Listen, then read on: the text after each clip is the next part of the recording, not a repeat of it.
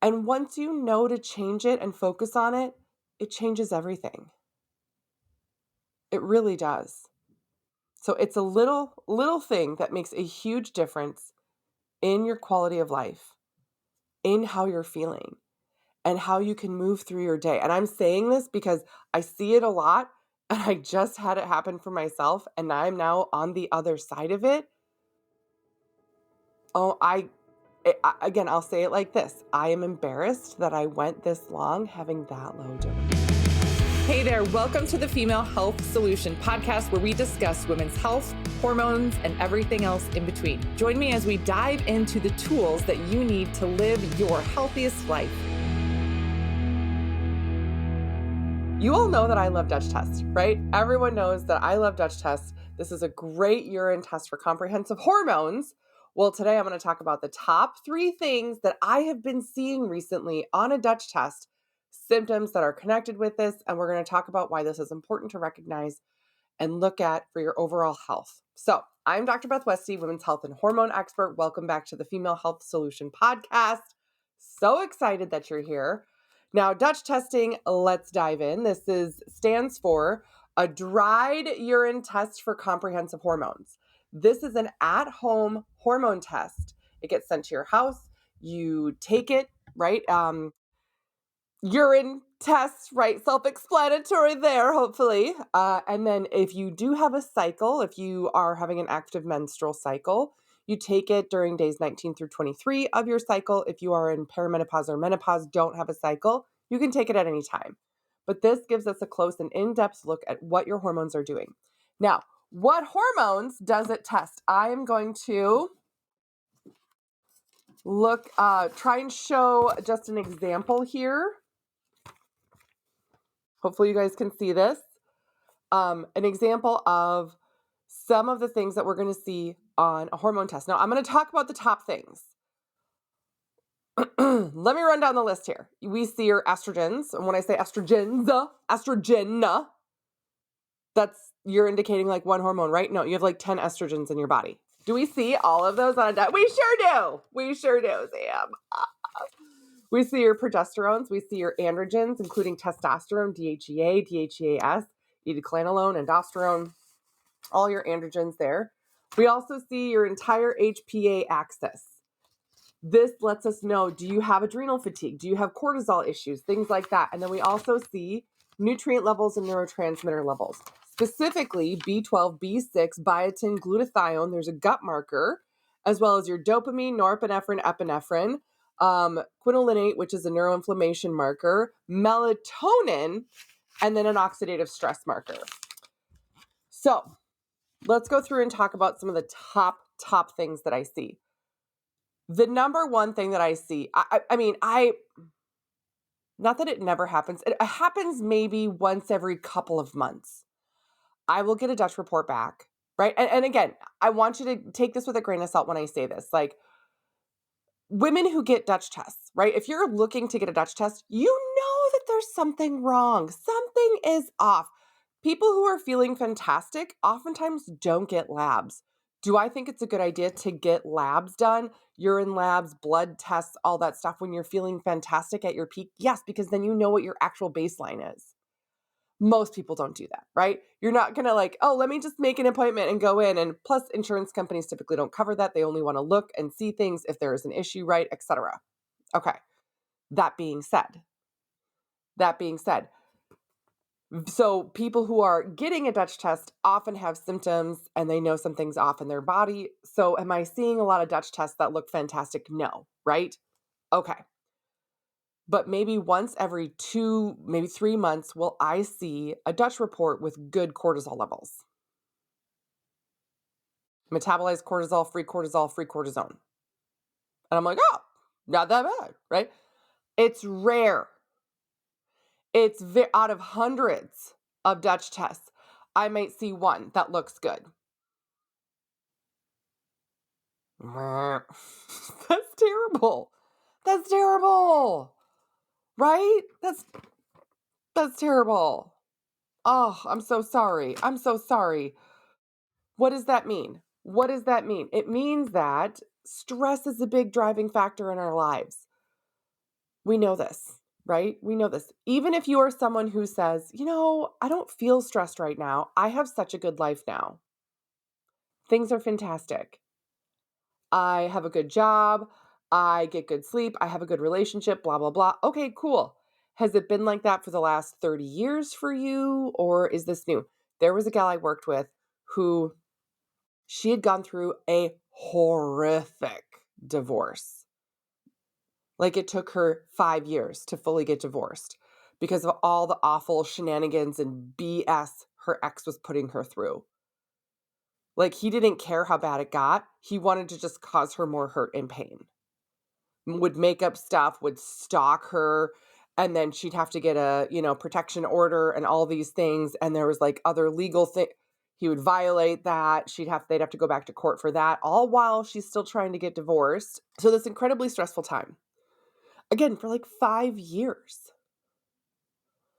And she's like, yeah, but that was like 7 years ago. I was finally done with it, blah, blah, blah. I was like, okay, it may have been that long ago, but if you have not come down from that, if your nervous system has not re-regulated, your body's going to be responding like you're under that same stress every day. And she goes, I was like, do you still feel the same all the time? And she was like, I guess. And it wasn't until we targeted calming her stress levels down, bringing everything down to even within range. I wouldn't even call it good. I wouldn't even call it great levels. It was just within range because she was so high. Like the levels were out of this world high. And when they came down, she was like, oh my gosh, I feel so relaxed now. I feel so regulated. I was like, that's so great. I would still not call these levels great. Of the range here, you're still on the very high end of range. You're just not outside of it anymore, right? You're still on the high end. I would like to see it here. But hey, great progress, right? These are all the things that are so important and vital to dive into. Your stress levels, your cortisol levels cause so many things in the system. Fatigue, anxiety, nutrient depletion, stomach disruption, right? Bacterial imbalance in your gut microbiome, weight gain, weight loss resistance, insulin resistance, inflammation, and more. Cortisol response is such a huge piece of it. Now, is your cortisol high or low? We don't know because a lot of the symptoms feel very similar.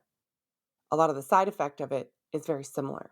But how we treat that is totally different. This is where and why I tout this again and again and again. Please get a test. Please get a test.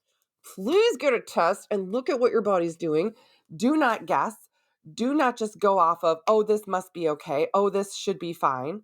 No, because if you are trying to shift and make a change with your hormones and you're thinking, oh, my cortisol must be really high because I had this high stress event. Fair to think that, very fair to think that. But if we haven't looked at your levels and you're doing certain things to work with that high cortisol, but your cortisol level is really low, you're going to be driving it into the ground more. Yeah. That's why we test. That's why we look. But that's really the number one thing that I see across the board is issues with cortisol. Yeah. The next thing that I see a lot of the time is issues with your estrogen processing here. So this is on page 3. There's this huge box here that we see the 3 main types of estrogen across the top. And these can even be pretty even in level, which means that you would get a blood test and they'd say, oh, your estrogen is fine. And you're like, okay, but I have really heavy periods and there's clots and I have painful ovulation. I have painful periods, blah, blah, blah, blah, blah. And then we see an issue in how it's being processed out. This is phase 1. This is phase 2 of that estrogen processing. You can't see this on a blood test. You can't see these processing things on a blood test. You only see this one right here. In fact, I had this today. A gal who she had last month gone into her OBGYN, said there is something wrong. She's in her mid-20s. And she's like, I have felt like garbage, this and this. There's something wrong. My period is awful. I came off of an IUD. And when my period came back, it is the worst thing ever. What the heck? She's like, I've waited over 6 months for it to try and regulate on its own. It is definitely not. What is happening? What is wrong? Well, it should be fine. She pushed for a test. They did a blood test And they told her, oh, your estrogen, and they only tested estradiol, is fine. Fine. And she's like, well, I don't feel fine. And then she came across my information right online and said, I'm gonna do this. I got 0 answers the other day at this other doctor's visit. They didn't do anything else. And they sent me away like, I'm fine. I'm not fine. So we did a Dutch test and we looked at her results and I was like, oh yeah. I was like, this is fine. Your estradiol is fine, but everything else is completely off. How it's being processed, it's really unbalanced, and then methylation issues. And again, this comes with, take this with a grain of salt here when I say this, that I see a lot of methylation issues. This doesn't mean that the general population has a lot of methylation issues per se, but women who have hormonal issues oftentimes have a genetic methylation, predisposition, right? It might be MTHFR, it might be MTRR, COMT, right? There's other things that are there. Me personally, for example, I don't have MTHFR. I have other methylation processes that genetically I don't methylate well. Does that set me up to have hormonal disruption? Yes. Right? Of course. So this is what I commonly see. Now again, does like everybody have methylation issues? No. Some of the research that has come out or some of the studies that they've done, oh, maybe 25% does. Okay, that's not the majority by any means, but of those 25%, a lot of them have hormonal issues. So that's what I'm seeing. I see a lot of estrogen imbalances and methylation issues. I see a ton of it, a ton of it. Now, again, like I said, with that example, this gal, period issues, irregular periods, fertility issues, mood swings is another huge one. And just feeling like no matter what you're doing, you can't get your hormones back on track. Now, what do we do specifically for that? It depends. It depends on what your levels are. It depends on what pathways are higher or lower. So it's really customized to you what we do. I do have the tinctures that I formulated for estrogen and progesterone, and these do help. These do help. I actually just had a friend of mine who started using these. She was like, I don't know if these will work, right? 'Cause she's very knowledgeable with herbs and things like that. And she just started using them. And she's just like, dude, how come you didn't tell me to use these a way long time ago? I was like, I don't know. I have them. I'm not going to be pushy with it. And she's like, these are the most amazing things I've added into my daily routine for my hormones. I was like, yes. So that can help. But ultimately, knowing what to work on and knowing if you're methylating or not, that estrogen is so vitally important. That's why we do it. Third thing that I see, third thing that I commonly see, and I'm going to pick on this page here, this last page. I'm going to just choose one, right? Because there can be B vitamin stuff, there can be gut stuff. I see a lot of gut issues. We do GI mapping, all those things, yes. But the thing that I want to talk about here is dopamine. Low dopamine. So many women have dopamine levels that are low. And I'm going to tell you this, me too. Me too. I think I shared this when I went through my last Dutch report. My last Dutch report, my dopamine levels were in the toilet, way below range, and they've been below range for a year. And I'll be totally honest, I have not done anything. I did not last year when I took my previous test. I did not do anything to specifically target it because I was working on other things and I was like, oh, my cortisols are really terrible and this and this and this. This time there's a lot of improvement. So many other things that have bounced back, right? And I had recovered a lot from mold illness and everything. But the one thing that was still on the floor and still terrible was my dopamine. And I was like, I got to get this up. I got to change this. So I started adding in a supplement for dopamine. It's one of my favorites. It's a NeuroBalance one. It's one that it takes a little bit, right?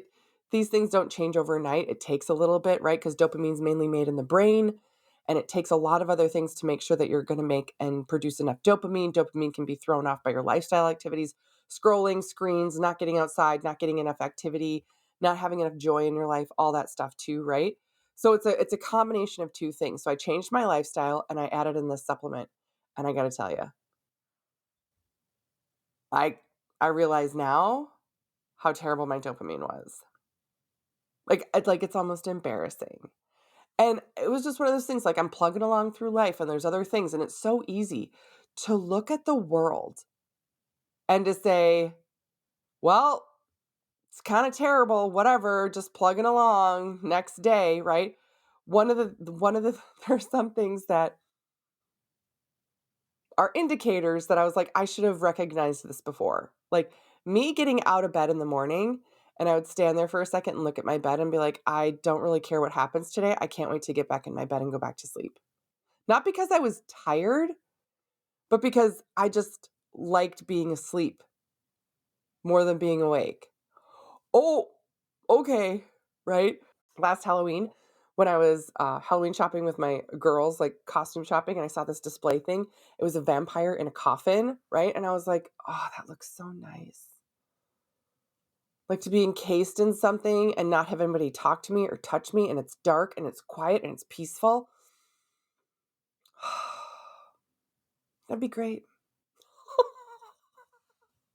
That should be a red flag to myself, right? Oops.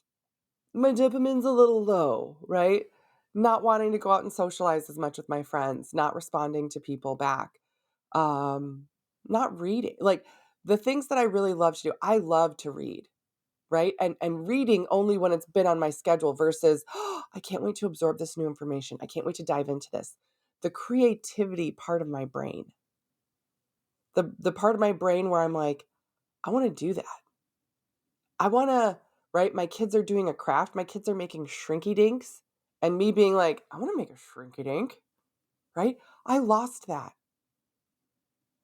I'm not saying I wasn't involved with my kids or other things like that, but like me participating and enjoying it, I stopped doing that and didn't realize it.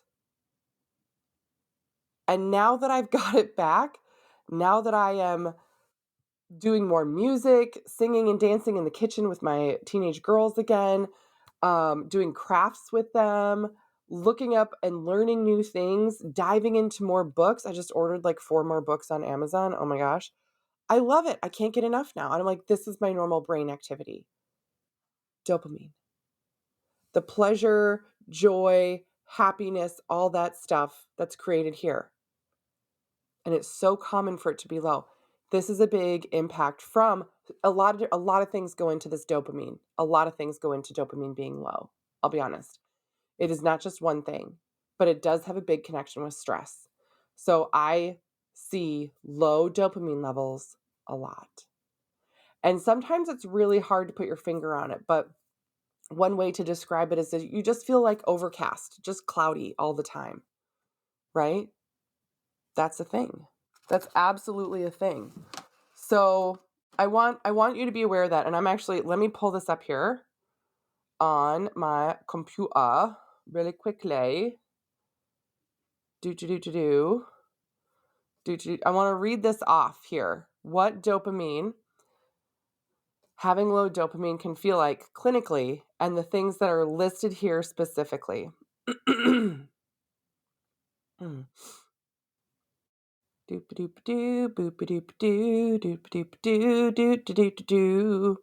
Homovalinate, HVA, is the metabolite for dopamine. That's what we're measuring. Low levels of dopamine are associated with depression, addictions, cravings, apathy, pleasure-seeking behaviors. So like constant scrolling where you're like, I'm just going to go on the internet for 5 minutes, and an hour later you're like, oh crap, right? Or games on your phone or something. Increased sleepiness, impulsivity, tremors, low motivation, fatigue, and low mood. Dopamine. And you could say, yeah, maybe that sounds like depression, or maybe that sounds like this, or maybe it's my stress or whatever. I mean, yes, as well as your dopamine's low. And once you know to change it and focus on it, it changes everything. It really does. So it's a little thing that makes a huge difference in your quality of life, in how you're feeling, and how you can move through your day. And I'm saying this because I see it a lot, and I just had it happen for myself, and I'm now on the other side of it. Oh, Again, I'll say it like this. I am embarrassed that I went this long having that low dopamine. So, okay. That's what I got for you guys today. Please let me know if you have any questions, but I wanted to do that deep dive on a Dutch test, what I've been seeing recently, the trends that have been coming out, and really what to focus on. And if you've been struggling, stop waiting, right? The longer you wait to take a Dutch test, the longer it is that we're just going to see what's there and start working on it. And if there is something going on with your cortisol levels, things like that, it can take several months. So think about what day it is today as you're watching or listening to this, and then 3 months from now. What is 3 months from now, and where are you going to be then? If you want to be in a better place, let's start right now, take a look, and make a plan to get you there. All right. Thank you for tuning in. Let me know if you need anything else. I so appreciate you guys. I so appreciate your feedback and you sharing this message. I love that you guys are here, and I just want to say I have so much gratitude for what you do. I wouldn't be here without you guys, and the support that you give and the feedback on how you appreciate the information that I share. So thank you so much. Have a great rest of your day, and I will see you next time. Thank you for joining me on today's episode. If you would like more information, just head on over to drbethwesty.com for all the show notes and information from today's episode. And if you're looking for more community, more support, you can find and follow me on Instagram, Facebook, YouTube, TikTok, and I would love to see you there.